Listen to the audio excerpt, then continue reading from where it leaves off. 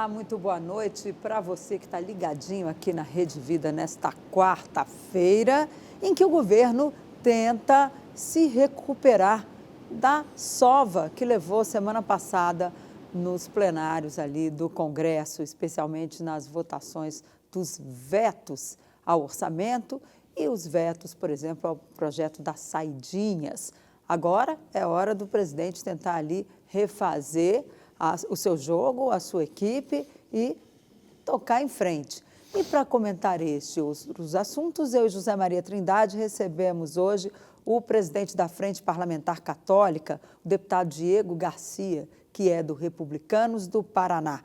Deputado, muito obrigada pela sua presença aqui na Rede Vida, obrigada por ter aceito o nosso convite, muito bem-vindo. Obrigado, Denise, obrigado, José Maria, por poder participar do programa mais uma vez. Honrado aí com o convite, a gente poder debater aí os temas da atualidade, né, no momento que nós estamos discutindo dentro do Congresso Nacional. Ok, José Maria, depois de uma semana que você ficou aqui tocando o barco sozinho, mas eu estou recuperada da dengue, Zé. Muito boa noite. Dói, né? A dengue dói. Deixa as pessoas dengosas, né? Muito boa noite a você. Uma semana aí completa de articulações, né? E o bastidor repleto de debates, exatamente como disse a Denise, o presidente Lula querendo retomar ali o controle político da Câmara, mas está difícil. Levaram ao presidente aquela história, olha, assume, aceita que dói menos. Então a estratégia do governo mudou de articulação no Congresso Nacional. Hoje a conversa aqui no Frente a Frente será muito boa, política, como sempre. O deputado Diego Garcia, ele está no terceiro mandato. É um articulador, sempre apresenta projetos, um dos que mais apresentaram pareceres nas comissões da Câmara dos Deputados durante esses anos todos. Deputado, a gente falando aí sobre a bancada de apoio do governo, levaram ao presidente de que ele vai perder todas quando se tratar de pauta de costumes. É assim mesmo? O Congresso mudou, deu uma volta? Com certeza, eu acho que o Congresso cada vez mais está se organizando, né, para tratar desses temas que são temas prioritários e que nós estamos vendo o tempo todo o Supremo Tribunal Federal tomando decisões, avançando sobre aquilo que é competência nossa, que é do Legislativo, de temas que são temas que a sociedade brasileira é amplamente contra. Por exemplo? Por exemplo, nós temos agora, mais recente, o caso da cistolia fetal. O senhor primeiro explica o que é a cistolia fetal para as pessoas que estão nos assistindo. Sim, a cistolia fetal é a forma do aborto de forma precoce, em que a mulher, ela gestante, o médico aplica uma injeção de cloreto de potássio na criança, em que o coração da criança ele para de bater. Ele como que atrofia e para de bater, e a criança, então, morre dentro do ventre da mãe.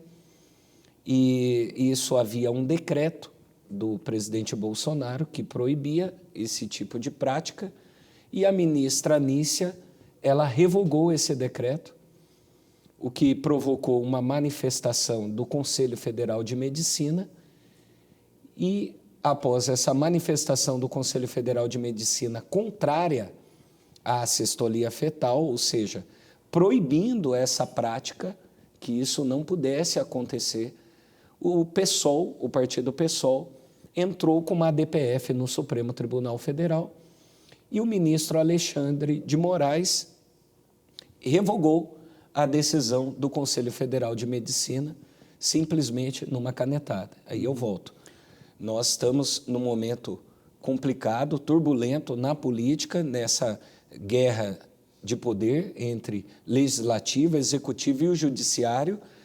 E se o Congresso não se posicionar agora sobre esses temas, amanhã será tarde demais. Então, eu acredito que o que aconteceu nas últimas semanas é uma resposta de outras ações que devem e que estão por vir aí nos próximos dias. Mas voltando àquela fala inicial, há uma impressão de que o eleitor elegeu um presidente da República de um partido, né, do PT e aliados, e um Congresso adversário, né? É isso? O senhor está sentindo que o Congresso está mesmo adversário do governo, ou um Congresso mais conservador?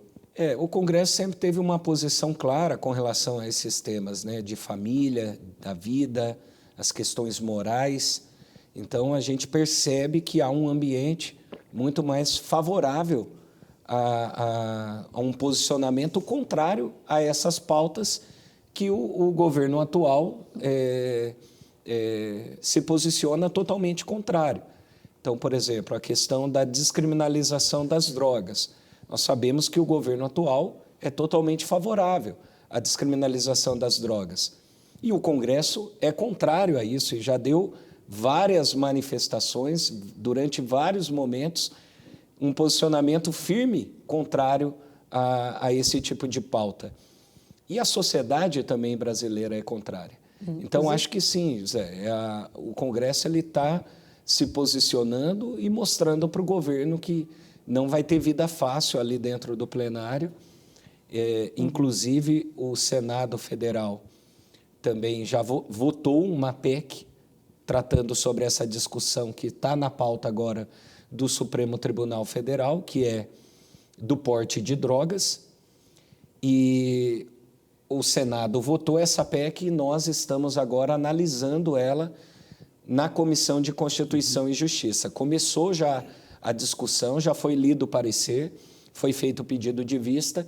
Nas próximas semanas deve retornar à pauta. Vota antes da eleição, então, essa questão.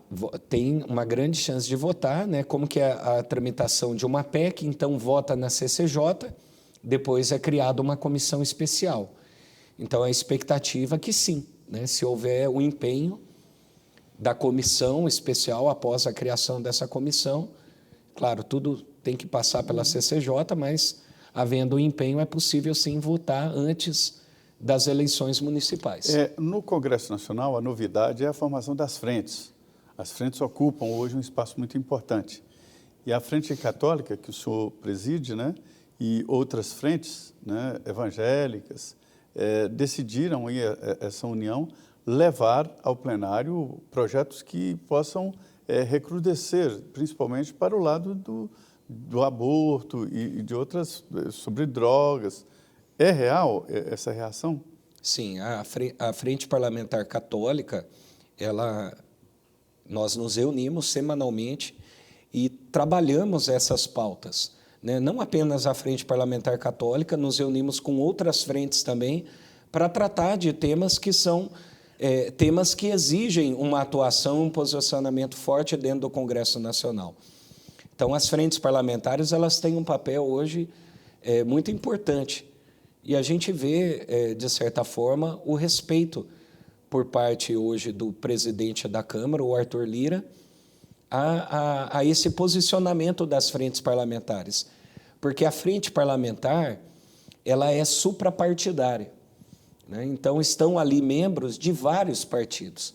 Ou seja, ela traz uma representação grande daquilo que é a presença dentro do Congresso Nacional e dentro da Câmara. Tudo aqui é muita luta, né? Muita disputa, e principalmente esses temas, né, deputado? Com certeza, é uma luta diária, né? Eu que participo e atuo de várias comissões dentro da Câmara, a gente trava ali batalhas diárias, né? Tanto para conseguir incluir bons projetos na pauta das comissões, conseguir retirar projetos ruins também das comissões. É uma batalha que não tem fim. O senhor falou do presidente da Câmara, Arthur Lira. Como é que está a relação dele com as frentes parlamentares? Porque a gente sabe, por exemplo, na reforma tributária, ele pegou todos aqueles projetos que as frentes fizeram, né, projetos de lei que as frentes apresentaram, e colocou nas comissões especiais. Aí o que os deputados dizem é o seguinte: olha, esses projetos foram para as calendas, vão terminar no fundo da gaveta. E criou um grupo de trabalho, que não é uma questão regimental, para tratar do projeto que o governo encaminhou.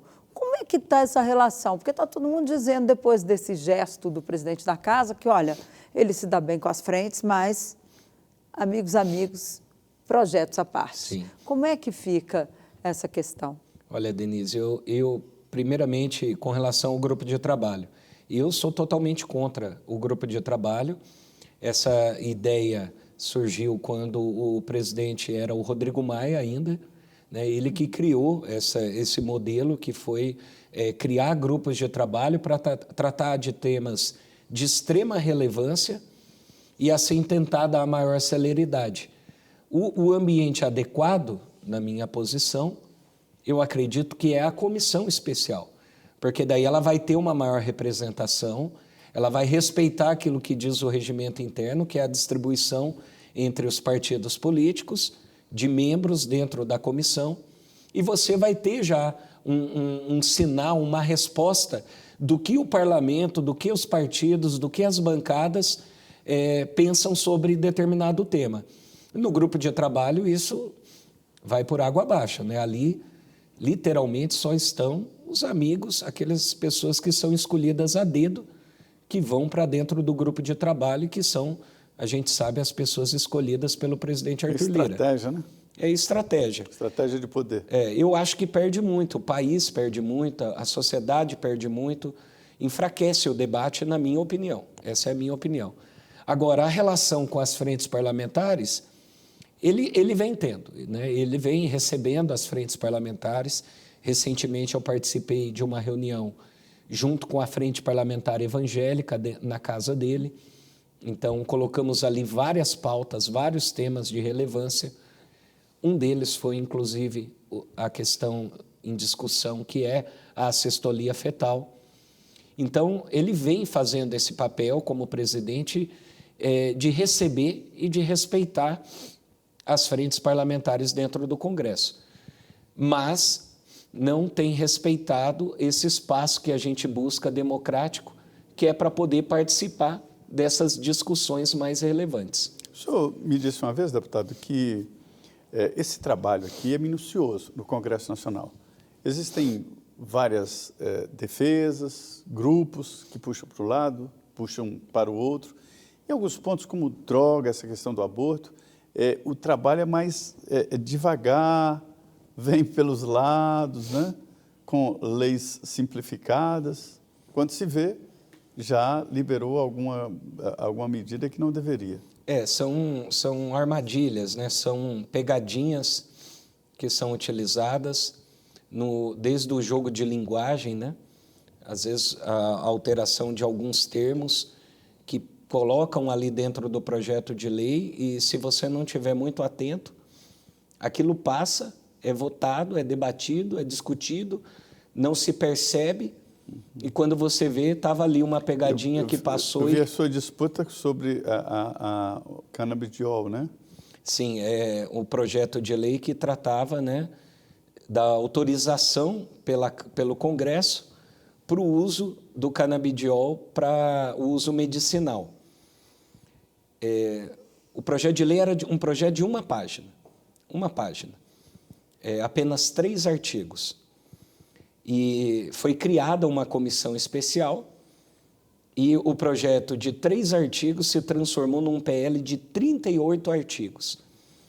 E já não tratando mais do tema em discussão, mas tratando de forma muito mais ampla, que era permitindo o plantio, permitindo transporte, colheita, distribuição, industrialização para o uso não apenas medicinal, mas também para o uso industrial, plantio próprio, né? Comida, alimentício, né? A produção alimentícia, a produção também de produtos de beleza, cosmético. Então, assim, o projeto ficou muito mais amplo, muito mais difícil de você fiscalizar, ainda mais num país com dimensões continentais como é a nossa. E, obviamente, a gente sabe que por trás disso está toda uma estratégia de se implementar no país uma cultura, né? Que, no caso, eu denunciei isso dentro da comissão, que é a cultura da maconha, né? Que é justamente para você ir introduzindo aos poucos e daqui a pouco lá teu filho que está na escola pública, o tiozinho que está lá vendendo bala doce, ele vai estar vendendo a bala de maconha, ele vai estar vendendo o brownie de maconha. E daí, desde pequeno, cresce já com essa mentalidade, com isso na cabeça, né? Olha, eu tenho bala, eu tenho hidratante, eu tenho shampoo. eu tenho comida, eu tenho roupa, por que eu não posso usar? Então, nós pegamos isso nas entrelinhas da discussão e todo mundo sabe que não precisa de autorização do Congresso para se autorizar o uso de qualquer medicamento que seja no país. Isso, por si só, já é um absurdo, né? Apesar de nós defendermos as pessoas com alguma deficiência ou alguma doença grave que necessita do uso desses medicamentos e terapias, somos totalmente favoráveis, mas não é o Congresso que deve autorizar, seja qualquer um medicamento que seja. Até porque, Denise, nós não somos especialistas, né? Não estamos do outro lado do balcão fazendo os testes, podendo assegurar aos pacientes em quais condições eles podem receber aquele medicamento. Então, isso é um critério que, hoje no país, como que funciona? Primeiro, Anvisa, né? Primeiro passa pela Anvisa, depois, se você quer a incorporação de um medicamento, a indústria ela deve submeter à Conitec, e a Conitec que vai analisar se incorpora ou não esse medicamento dentro do SUS. Então, não é o Congresso Nacional, é claro que existia por trás disso toda essa estratégia para liberar o plantio em larga escala da maconha no país, né? É uma luta diária mesmo, como disse o deputado, né? Puxa daqui, e alguns tentam passar ali a tal boiada e seguindo adiante na política. Nós vamos agora um intervalo de 2 minutos e estaremos aqui em seguida no Frente a Frente. Salve, muito boa noite. Nós estamos aqui no Frente a Frente, os estúdios da Rede Vida aqui no Planalto Central do país. Nós hoje estamos falando, como sempre, aqui no Frente a Frente de política. Você sabe que a política muda a sua vida, né? Define a escola do seu filho, a sua moradia e o seu futuro. Hoje, aqui nessa conversa boa, o deputado Diego Garcia. Ele é um articulador, está no 3º mandato, é presidente da Frente Parlamentar Católica e atuante também na FPA, a Frente Parlamentar da Agricultura, e também de doenças raras, que é uma frente muito importante que cuida de medicamentos e de estudos de pessoas que têm doenças raras. São as doenças que não são diagnosticadas com facilidade e que também, por ser raras, não tem uma lista de medicamentos ali na farmácia para comprar. O deputado Diego Garcia, portanto, está no 3º mandato e é um articulador ali das comissões. Deputado, o Congresso Nacional, hoje ele está empoderado, porém há uma certa paralisação das comissões permanentes, que são a alma dos debates do Congresso Nacional. Muita urgência, né? Muita definição por cima, e isso prejudica a qualidade do debate e a qualidade da legislação?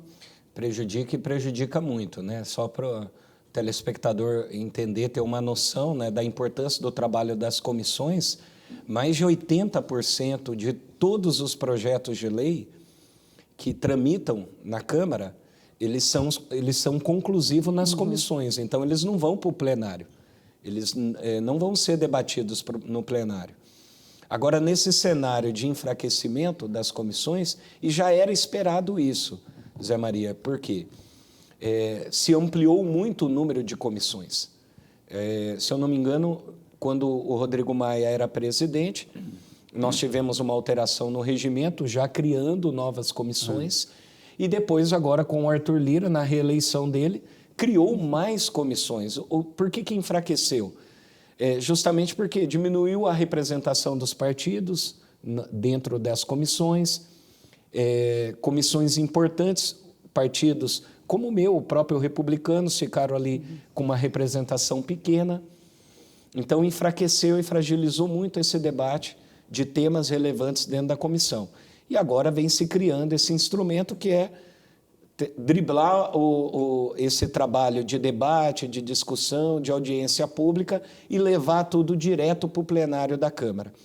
Prejudica muito, prejudica o debate, afasta a possibilidade de você trazer especialistas que possam contribuir com determinados temas e enfraquece o papel do legislativo. Faz, sim, que a gente tenha que trabalhar um pouco mais para estar atento às pautas, estar atento também ao que é decidido no Colégio de Líderes e que entra com urgência no plenário da Câmara, mas enfraquece no aspecto de você poder estar melhorando os projetos de lei e essa discussão que é fundamental dentro do Congresso Nacional. A gente vê que aumentou ali o número do aperta-botão, né? Digamos assim, os líderes passaram a ter um protagonismo muito maior, assim como os presidentes de partido, que são aqueles que controlam hoje o caixa, né? Para saber como é que vai financiar as campanhas e tal. Eu queria saber do senhor como é que fica a relação ali, porque a maioria pode se rebelar contra os líderes e fazer valer a sua vontade. Por que isso não acontece? Olha, isso justamente não está acontecendo, Denise, porque se deu muita autoridade, né? Tanto ao presidente da Câmara, que hoje é ele quem decide a pauta da Câmara junto com os líderes, né? Os líderes hoje que estão escolhendo a dedo cada um dos projetos que entram ou não na pauta do Congresso Nacional. E falta, por parte da maioria, que são os parlamentares de cada bancada, essa iniciativa de se inteirar um pouco mais sobre o processo legislativo. Não é difícil de você perceber a falta de participação dos parlamentares, inclusive nas comissões. Mas é a falta de interesse dos parlamentares, como é que diz, eu já estou com a minha emenda garantida, dane-se o mundo. Porque a função dos parlamentares é justamente avaliar os projetos, estudar os temas e ver o que é melhor para o país. Mas não é isso que a gente tem visto no parlamento. Na minha opinião, é a falta de interesse, né? Não quero generalizar aqui, em hipótese alguma, tem muitos parlamentares que a gente vê comprometidos, que trabalham muito, mas a ampla maioria deixa a desejar. Então, e por deixar a desejar, não buscar entender e compreender como funciona a casa, a importância do regimento interno da Câmara, isso faz com que o parlamento esteja cada dia mais fraco.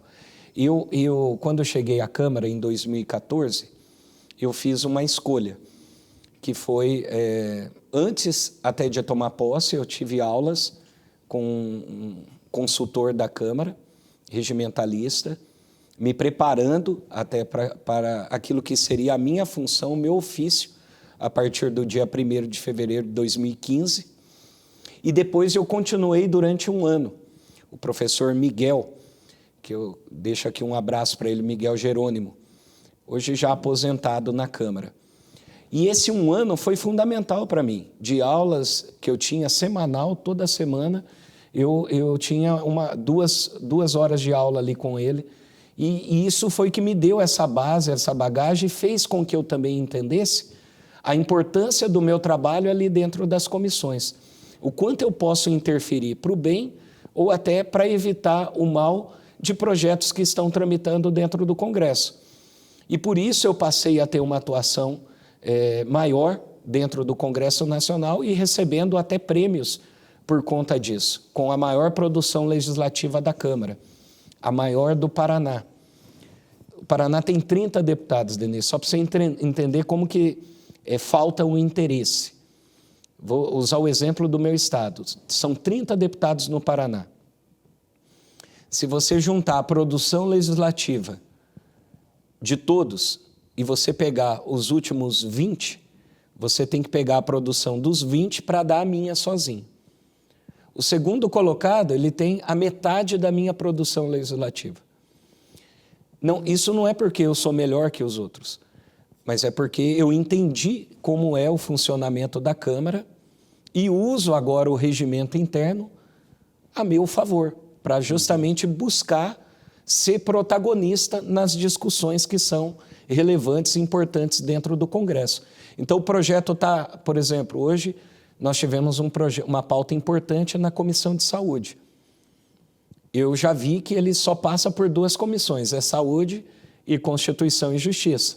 Como eu também estou na Comissão de Constituição e Justiça, eu já pedi para a minha equipe, pedi a relatoria lá na Comissão de Constituição e Justiça. Então, eu busco sair na frente justamente para poder trazer essa maior celeridade do processo legislativo. Não vou dizer todos, mas se 50% dos deputados pensasse dessa forma, o Congresso, a produção legislativa dentro do Congresso seria muito maior, e eu acredito que muitos problemas de interesse da sociedade já estariam solucionados aí há bastante tempo. Deputado, a Denise alertava aqui sobre a dificuldade do governo, dentro do próprio governo, em taxar aquelas compras de $50, das tais brusinhas, né, Denise? E a Denise antecipava aqui que seria uma saída pelo Congresso Nacional. E acabou sendo, né?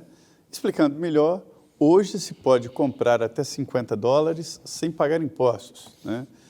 Foi a abertura de um processo de alguém que quer uma camisa de um time, um tênis especial ou uma peça de coleção.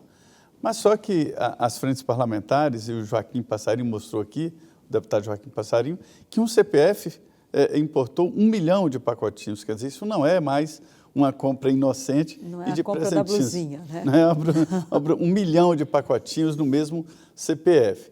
Esse debate acabou no Congresso, poderia ter sido resolvido por um decreto do Ministério da Fazenda, né? Como é que o senhor viu esse debate que já passou pela Câmara dos Deputados e Senado?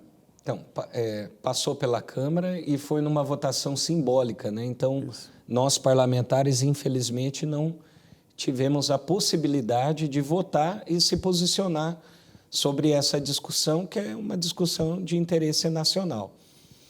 Olha que interessante, Zé.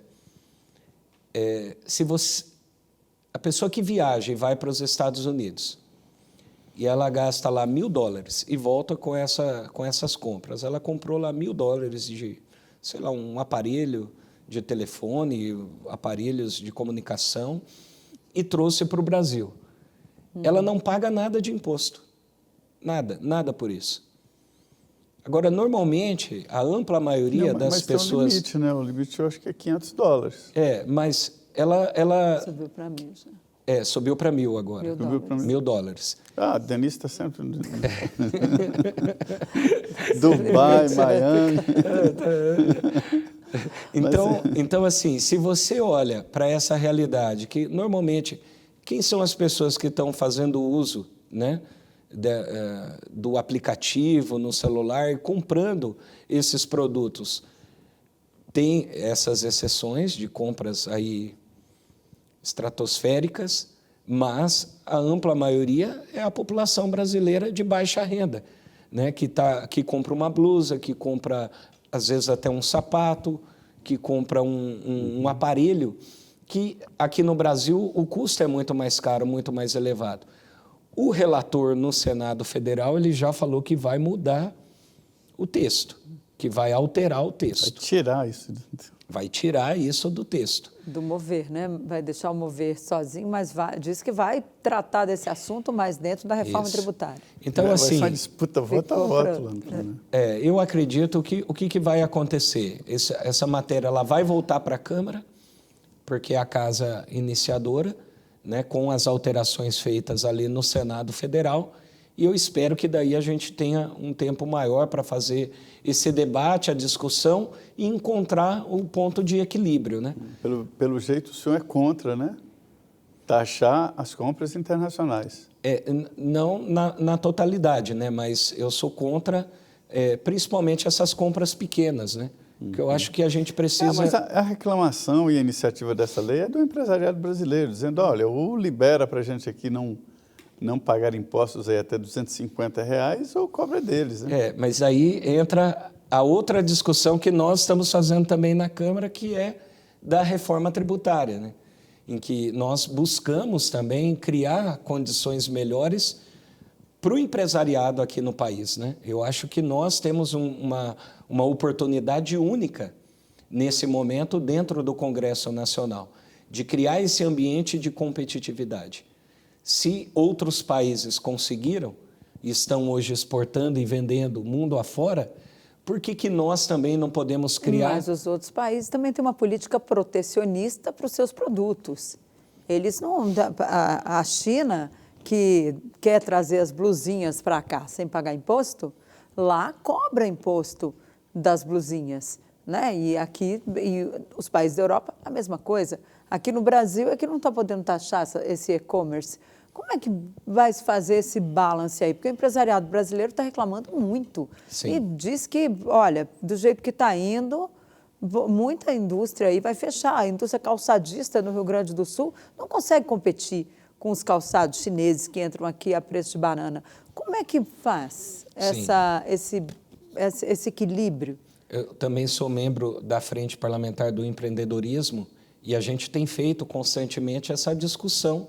Esse projeto tem a participação dessa frente? Tem a participação da frente. O coordenador hoje da frente, que é o deputado Joaquim Passarinho, ele está ali dentro do GT, né, da reforma tributária. Então, ele está levando essas impressões também nossas, de todos os parlamentares. O que a gente espera é que a gente tenha força suficiente para criar um ambiente no nosso país que essas situações dessas empresas que estão correndo o risco de fechar as portas, e muitas delas que já estão mudando, né? No Paraná é muito comum, as empresas estão saindo do Paraná e estão indo para a fronteira ali, para o Paraguai, porque tem um incentivo maior para a produção de produtos lá no Paraguai do que no Brasil. Então, a gente precisa agora, nesse momento de debate e discussão da reforma tributária, criar esse novo ambiente para que o empresário, as indústrias, elas sejam mais estimuladas também no nosso território nacional. Ok, nós vamos para um rápido intervalo e eu convido você a continuar aqui conosco na Rede Vida, que ainda tem mais um bloco com muita notícia aqui com o presidente da Frente Parlamentar Católica, deputado Diego Garcia, ele que é do Republicanos do Paraná. Voltamos em 2 minutos. Olá, muito boa noite. Estamos de volta com Frente a Frente, que recebe hoje o presidente da Frente Parlamentar Católica, o deputado Diego Garcia, ele que é do Republicanos do Paraná. Deputado, por falar em Paraná, tem 2 coisas que eu quero ver com o senhor. Primeiro, como é que está a disputa lá para a prefeitura da capital? Segundo, o que vai ser de Sérgio Moro, né, que ganhou agora o processo no TSE, foi unanimidade, né, ele conseguiu preservar o seu mandato e agora tá aquela coisa, ele vai ser candidato a presidente, ele não vai, o que ele vai fazer da vida? Como é que o senhor vê a atuação de Sérgio Moro após esse processo aí que ele já conseguiu ultrapassar e vencer? Bom, na nossa capital, né, em Curitiba, o vice-prefeito Eduardo hoje vem como pré-candidato com o apoio do atual prefeito Greca. E com certeza é o nome aí disparado, né, nessa sucessão. Tem também outros candidatos, o meu colega deputado federal, o Luciano Dutti, tem outros candidatos que devem sair, mas tudo indica que o Eduardo ele vem com uma força muito grande, com o apoio do governo do estado, com o apoio do governo municipal atual, para ser o sucessor do atual prefeito lá em Curitiba. E o senhor é pré-candidato, né? Eu sou pré-candidato em Londrina, que é a segunda maior cidade do estado, a 4ª maior do sul do Brasil, e também um cenário que em Londrina está totalmente aberto às eleições, né? Os eleitores assim não têm ainda o seu candidato. Então, é uma eleição que promete aí vários candidatos, vários partidos estão se posicionando nesse momento com pré-candidaturas. Então, eu acredito que tem um trabalho já em Londrina indefinido, a eleição está indefinida. Agora, em Curitiba, eu acredito que vem se encaminhando para o atual vice-prefeito, o Eduardo, como pré-candidato, ele vem conseguindo unir o maior número de partidos em torno da sua pré-candidatura. O senhor está acompanhando as eleições municipais lá no estado, né? E nós estamos acompanhando aqui as eleições no Brasil inteiro e há uma certa lógica. Há uma dificuldade do PT, que não tem nenhuma capital com um petista na frente, e há um acompanhamento muito ali do grupo dos partidos de centro com o PL. Isso tem algum significado e algum recado para 2026? Com certeza, né? Isso vai influenciar muito as próximas eleições, né? Essa força que demonstram os partidos de centro e o PL nas grandes cidades, com candidatos, né, nas grandes cidades em todo o território nacional, mostra que isso pode impactar muito. Porque hoje, por exemplo, falando de Londrina, toda a transmissão televisiva, os sinais, a programação de TV, ela não é só para Londrina, ela pega toda uma região. Então, o trabalho, as ações nessas grandes cidades, elas acabam influenciando de forma regional, né, o entorno. Então, isso passa a ter um peso significativo nas eleições presidenciais. Sobre o Sérgio Moro, Denise, eu vejo assim que muitas pessoas lá no estado estavam já até fazendo pré-campanha para essa possível vaga do Senado, né? Verdade. Então, né? assim, frustrou, acredito que bastante. Era uma missa de corpo presente, né? Isso, quer dizer, a viúva querendo casar na missa de corpo presente, não existia vaga. E como o senhor avalia o futuro dele? Do senador? Era dado Moro. Como certo, né, Zé Maria? Então, eu vejo assim que ele se fortaleceu muito, Denise, essa é a minha opinião. Ele se fortaleceu muito. Eu acredito que ele é um fortíssimo candidato à sucessão do Ratinho lá no governo do estado, caso seja esse o posicionamento dele. Não sei se teria essa projeção para o âmbito nacional, mas no governo do estado eu vejo ele hoje como... Para a presidência da República, então, o senhor acha que ele não tem mais chance? A onda Moro passou? Não estou dizendo que não tenha chances, né? Mas eu acredito que talvez ele tenha uma dificuldade maior de fazer essa união de outros partidos de centro, o próprio PL, né, em torno do nome dele.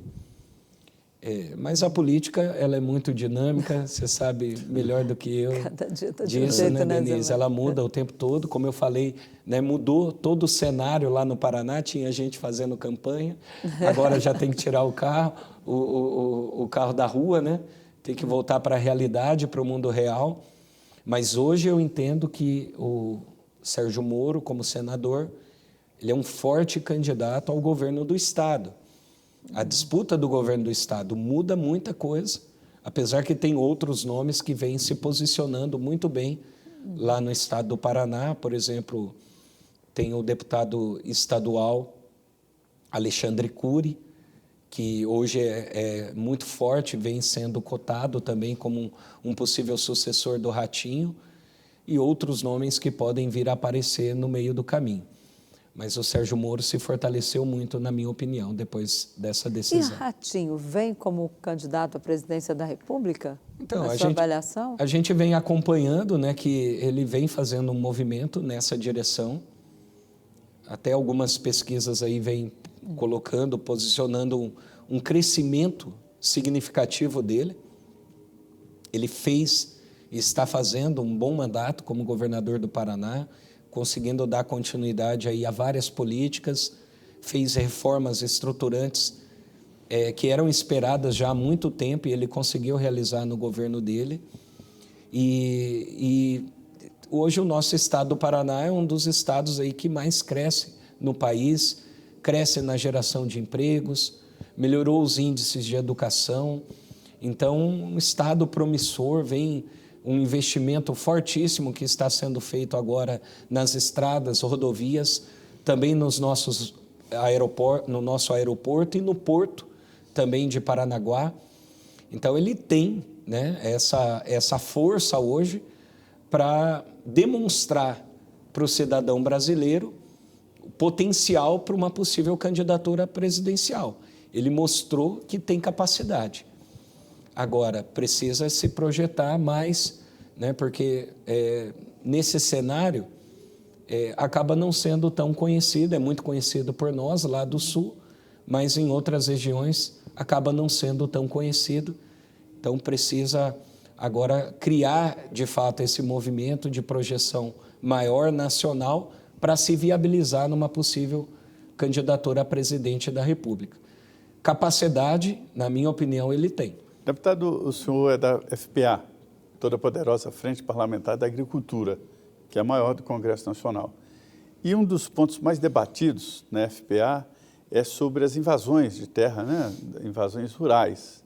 A gente vê o MST tem uma proteção especial e há um medo, uma incerteza no campo com relação às invasões.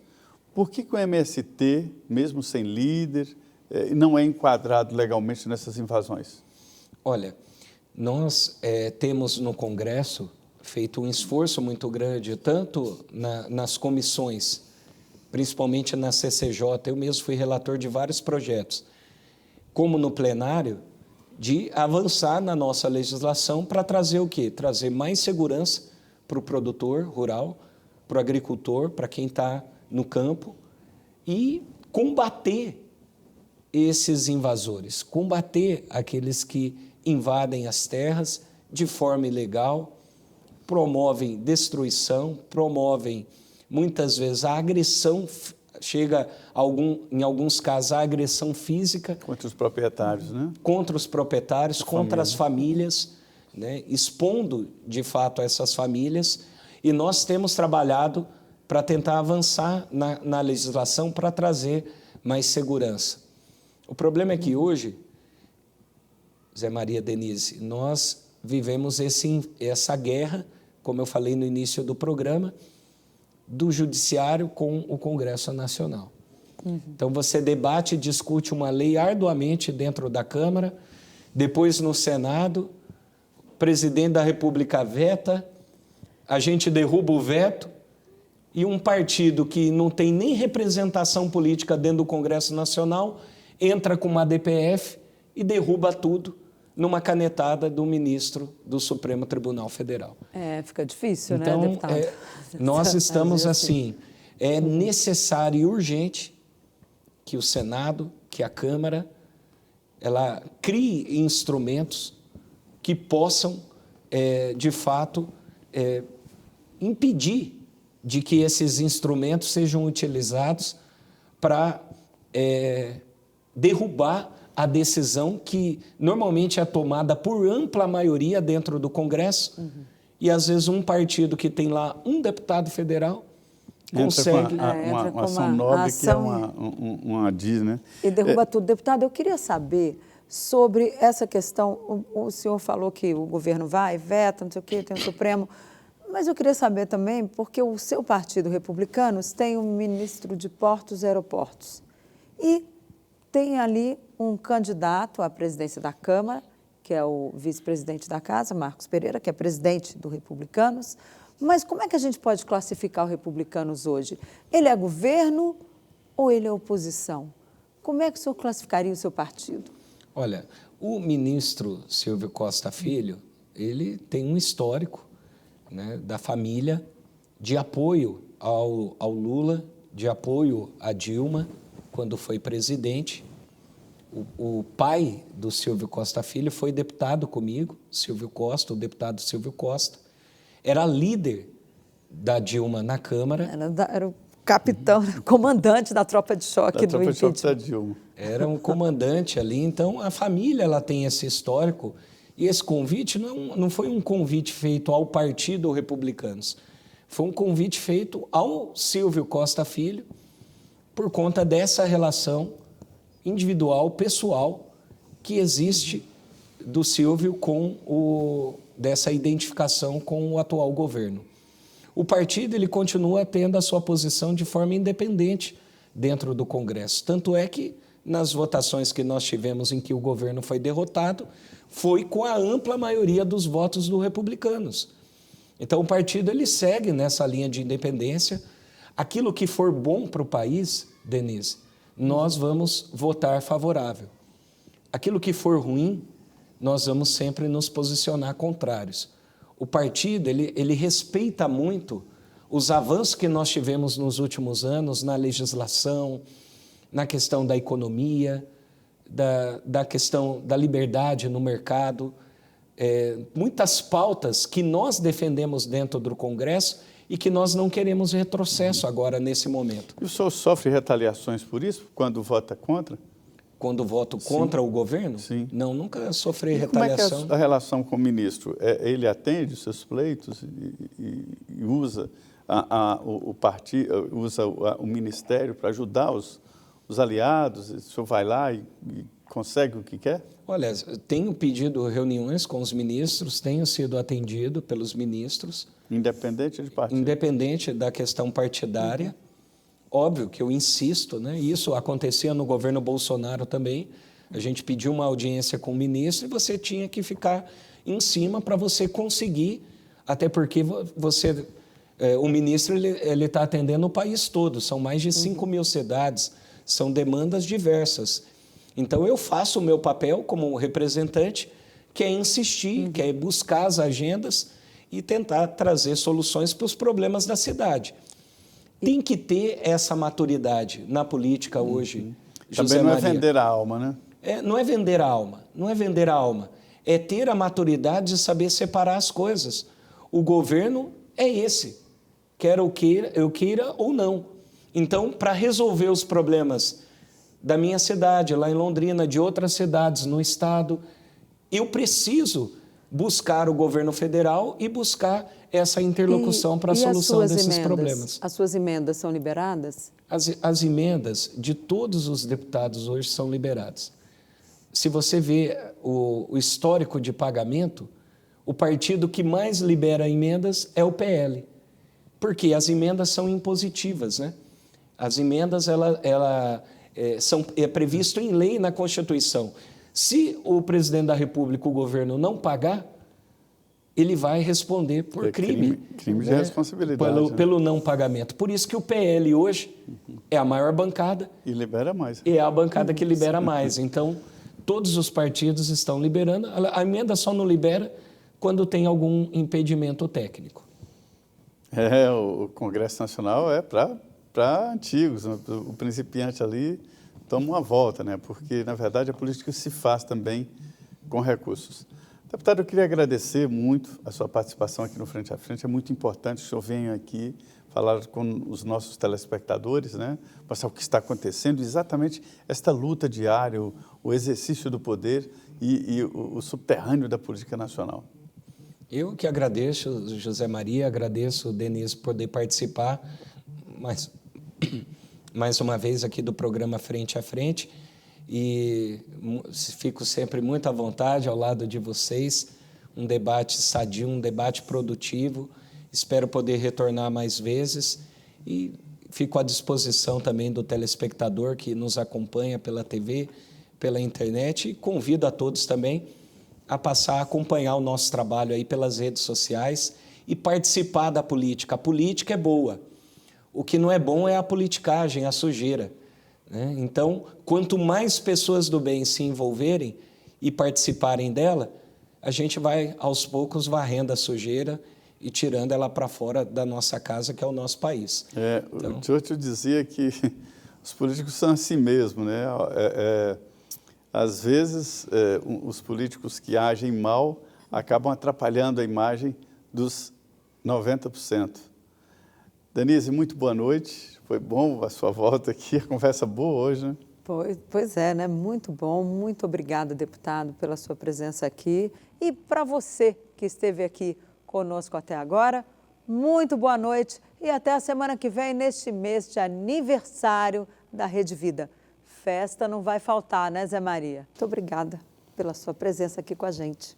É isso, é bom demais falar diretamente daqui do Planalto Central do país, dos estúdios da Rede Vida, aqui em Brasília. Nós trazemos pessoas para falar de política. Política, como eu disse, faz a sua vida. Queria te agradecer, muito obrigado, é bom acompanhar aqui e fiquem com Deus.